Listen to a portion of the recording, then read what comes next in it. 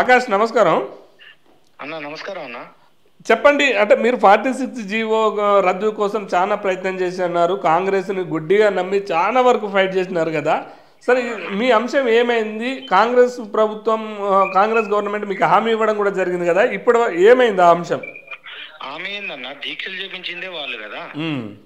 దీక్షలు చేపి ధర్నా చౌకులో మొట్టమొదటిగా మాకు దీక్ష చేయమని చెప్పిందే ఈ రోజు పిసిసి చైర్మన్ గా ఉన్న మహేష్ కుమార్ గౌడ్ యొక్క అఫీషియల్ లెటర్ మీద హ్మ్. ఆ రోజు దీక్ష పెట్టడం జరిగింది. దానికి మన చామల కిరణ్ కుమార్ రెడ్డి, ఇప్పుడు ఎంపీగా ఉన్న మల్లు రవి గారు, శ్రీధర్ బాబు గారు, బట్టి విక్రమార్క గారు, సీతక్క గారు అందరు సంఘీభావం తెలపడం జరిగింది. అక్కడికి రావడం కూడా జరిగింది. ఓకే.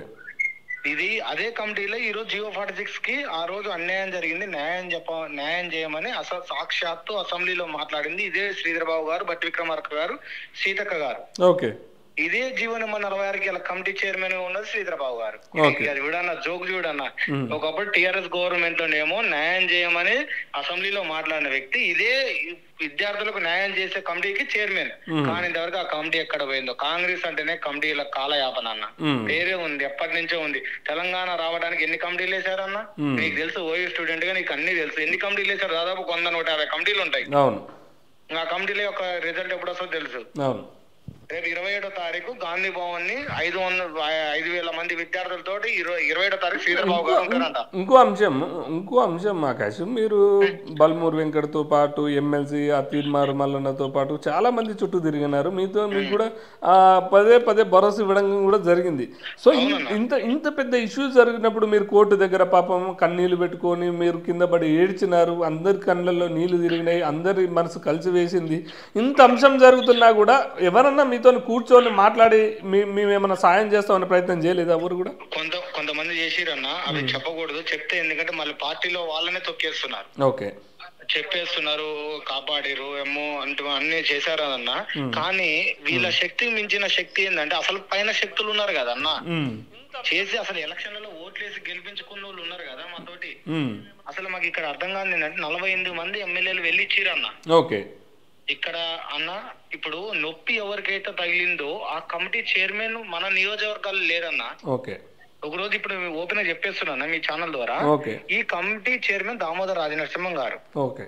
ఆయన హైదరాబాద్ కు సంబంధించిన వ్యక్తి, అంటే దగ్గరలో రియల్ సంగారెడ్డి. కానీ మనకు అన్యాయం జరిగింది ఎక్కడన్నా నల్గొండ జిల్లా, ఉమ్మడి నల్గొండ జిల్లా, ఉమ్మడి ఖమ్మం జిల్లా, ఉమ్మడి మహబూబ్ నగర్ జిల్లా, ఉమ్మడి వరంగల్ జిల్లా. సీఎం తో సహా ఇక్కడనే మొత్తం పార్టీ గెలిచింది 4 జిల్లాలని. ఆయన దగ్గరికి పోయి ఒక రోజు కూర్చుంటే ఏమైందంటే మా జిల్లాకి తక్కువ ఎక్కువ వచ్చిందని మీకు న్యాయం చేయమంటున్నారా, మీకేం న్యాయం చేస్తా వెళ్ళిపోయింది అన్నాడు అన్న డైరెక్ట్. అంటే ఇప్పుడు హైదరాబాద్ లో అతను పుట్టి పెరిగింది కాబట్టి ఆ జిల్లాని ఆయన చూసుకుంటుండు ఓవరాల్ గా. అసలు డైరెక్ట్ ఏమన్నాడంటే మా జిల్లాకి 15% ఇచ్చారు కదా, మా జిల్లాకే మొత్తం పోస్టులు ఉన్నాయి, మీకెందుకు, మీకు ఊకే మొత్తం మీరే తీసుకుంటారా అని అన్నారు. అంటే మా జిల్లా పోస్టులు కూడా తీసుకున్నారని చూస్తున్నారా, ఇంత ద్రోహం చేస్తున్నారా అన్నాడు. అంటే ఒకటే ఒక సీటు సంగారెడ్డిలో గెలిచిన ఒక సీటు గెలిచిన ఆయన వ్యక్తికి ఎట్లుంటే మేము సీఎంలు అని జబ్బాలు దరుచుకుని కోమరెడ్డి రెడ్డి పోయిండు, ఉత్తమ్ కుమార్ రెడ్డి పోయిండు, పొంగులేటి మొత్తం నా వల్లనే పార్టీ అధికారులు వచ్చే పొంగులేటి పోయిండు, బట్టి విక్రమార్క తెలంగాణకు 2వ వ్యక్తి నేననేటోడు ఎటు పోయిండు, జూపల్లి కృష్ణారావు ఎటు పోయిండు, అసలు సీఎంఏ మా ఊడు మహబూబ్ నగర్ జిల్లా ఓడు, అసలు మా ఊళ్ళందరూ ఎటు పోయారు, కొండా సూర్యాకర్ ఎటు పోయింది, అమ్మ తల్లి మహాతల్లి సమ్మక్క సారక తర్వాత సీతక్క ఎడిపోయింది. ఇప్పుడు వీళ్ళంతా ఎడిపోయారు. అంటే ఒక్క దామోదర్ రాజనరసింహ కింద వీళ్ళంతా బచ్చగాలన్నమాట. అంటే సొంత జిల్లాని కాపాడుకునే వ్యక్తి ఆయన ఉన్నాడు కానీ మేము సీఎం జబ్బాలు దరుచుకొని మేము మొగోళ్ళం అనేటోళ్ళు అందరూ ఎడిపోయారు. అంటే వాళ్ళ సిగ్గానే ఉండాలి. అంటే సొంత జిల్లాలకు అన్యాయం జరుగుతుంటే నోరు మెదపలేని వ్యక్తులు ఈ ఎమ్మెల్యేలు, ఈ మినిస్టర్లు. ఓకే. రైట్ ఆకాష్, నెక్స్ట్ మీ 46 జీవో సంబంధించినటువంటి బాధితుల ప్లాన్ ఏముండబోతుంది? ప్లాన్ ఏముందన్న, 27వ తారీఖు శ్రీధర్ బాబు గారు గాంధీ భవన్ లో ఉంటారంట.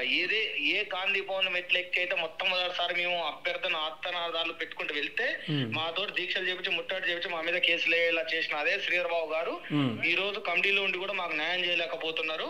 27వ తారీఖు ఎప్పుడైతే గాంధీ భవన్ మెట్లు ఎక్కినామో అదే గాంధీ భవన్ మెట్లు 27వ తారీఖు 11 గంటల నుంచి 3 గంటల వరకు శ్రీధర్ బాబు ఉంటారంట. 5,000 మంది విద్యార్థులతో వెళ్తున్నాం. Right Akash, thank you.